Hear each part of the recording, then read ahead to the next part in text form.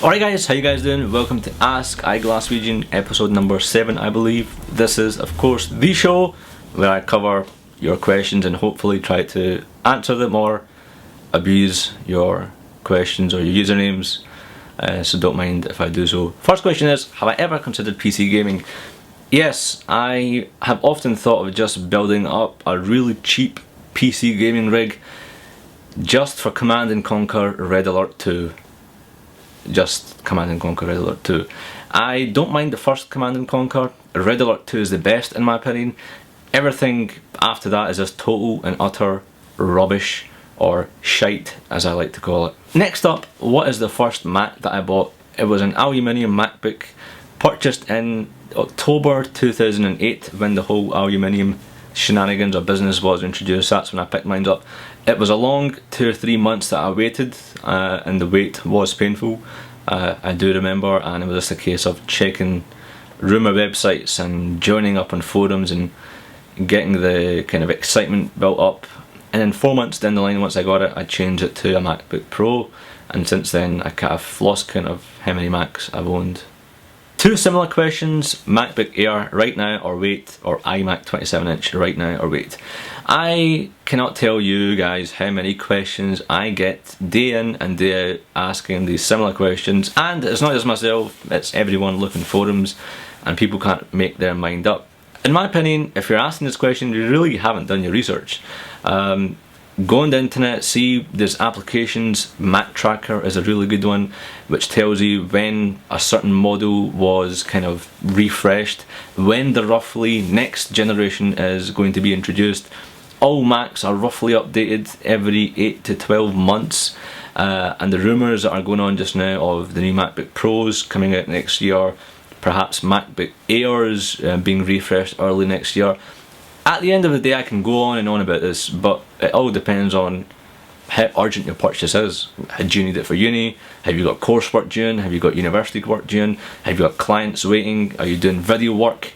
You know, buying right now surely is going to be really nice and you're going to be happy, but come January, February, when the rumours start kicking in, or when they start getting intense, as what happens when a new product is around the corner, you are going to be kicking yourself. Yes, you could, sell it on eBay and Gumtree, but you might not get the full amount.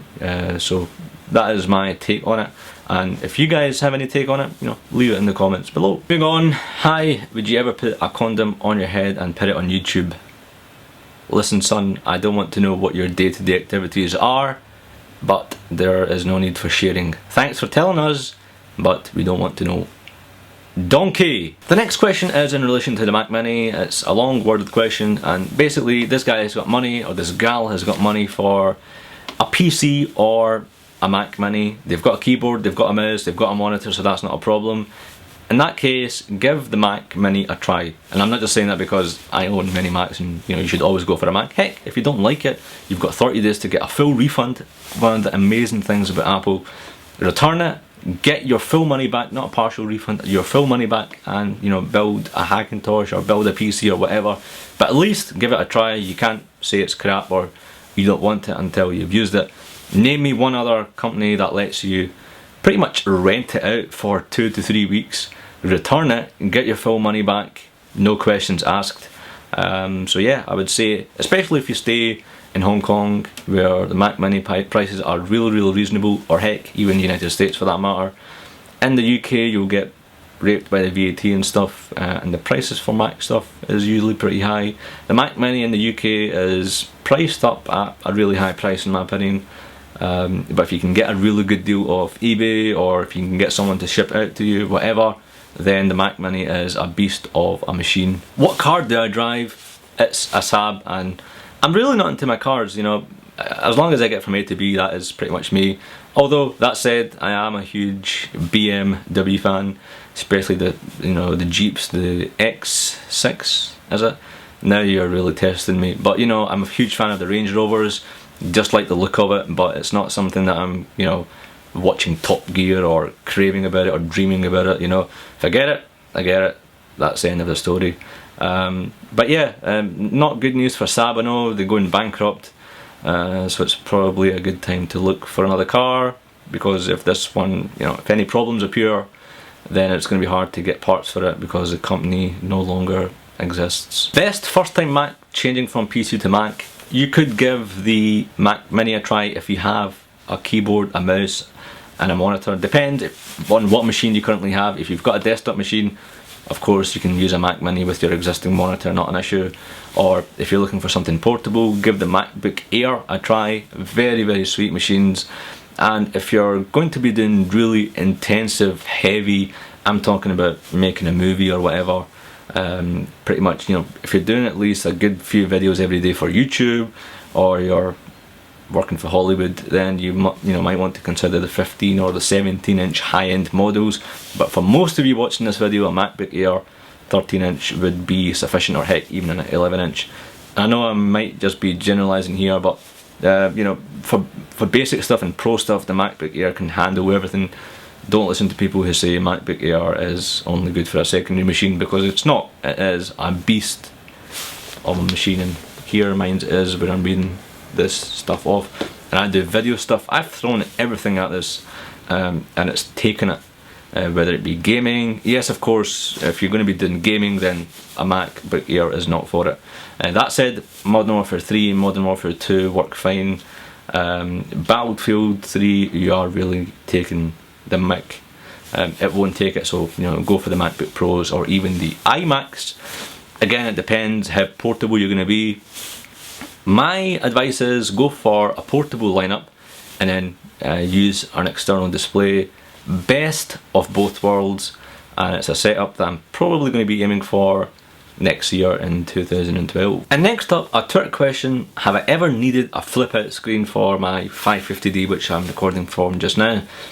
Man, you asked this question. I wish now when I got my DSLR, I got a DSLR which had a flip-out screen, which I believe is the 60D or the one up from the 550D, not the 600D, which was just released this year. Of course, I couldn't buy a feature product when I got this DSLR, but no doubt when I get my next DSLR, it's going to be one with a flippity flip screen, because at the moment it is a nightmare when I'm recording these one-to-one videos, because I have my MacBook Air set up, a USB connection going into the back of the DSLR, and then so I can see I'm in frame and not having to run there and quickly run back and see if I'm in frame or not. So it just makes sense to have a live view shoot in front of me to see if I'm looking like an idiot or not.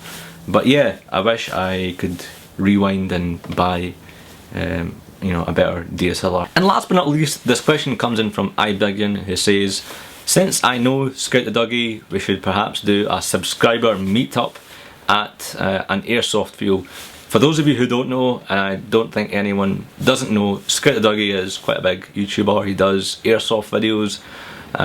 Excellent guy. I met him at the last YouTube event in London. Fantastic guy again.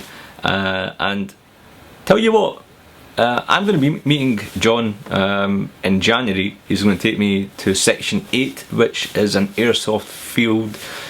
For the record, I've never stepped foot in an Airsoft field, and so I've never done it, but I've seen loads of his videos and it's really interesting. It's a bit like Call of Duty, I think.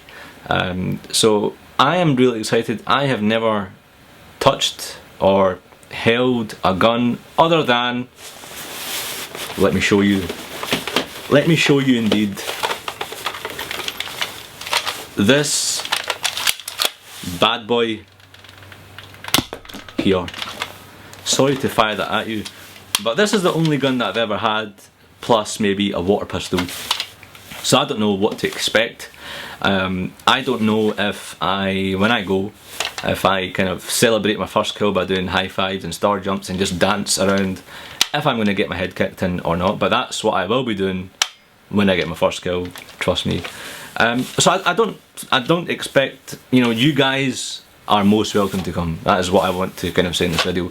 If you stay in Scotland, if you have an interest in Airsoft, or heck, even if you don't have an interest in Airsoft, I'm not too sure what ages it kind of goes up to, i.e. do you have to be over 16 or 18? I'm pretty sure it does. But Google up Section 8, it is in Glasgow in Shotts. I don't know the dates yet, and I'll come back with the dates once it's been confirmed. Come along, it'll be good. I don't expect a big turnout because I know most of you are not in Glasgow. Most of you are, you know, mainly abroad. So it'd be good if you can make it. I'll be going regardless. Thanks to John for inviting me down. That'll be pretty epic. And man, I cannot wait till January comes. I'll make a separate video on that. But guys, that is it for this video.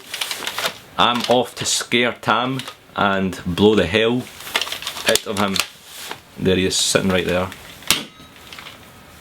I think I got him. Was that such a... Did I get it? I need to go back and rewind it. But if I got Tam, who's located over down there on the table, a blank, you know, didn't even have sight of him.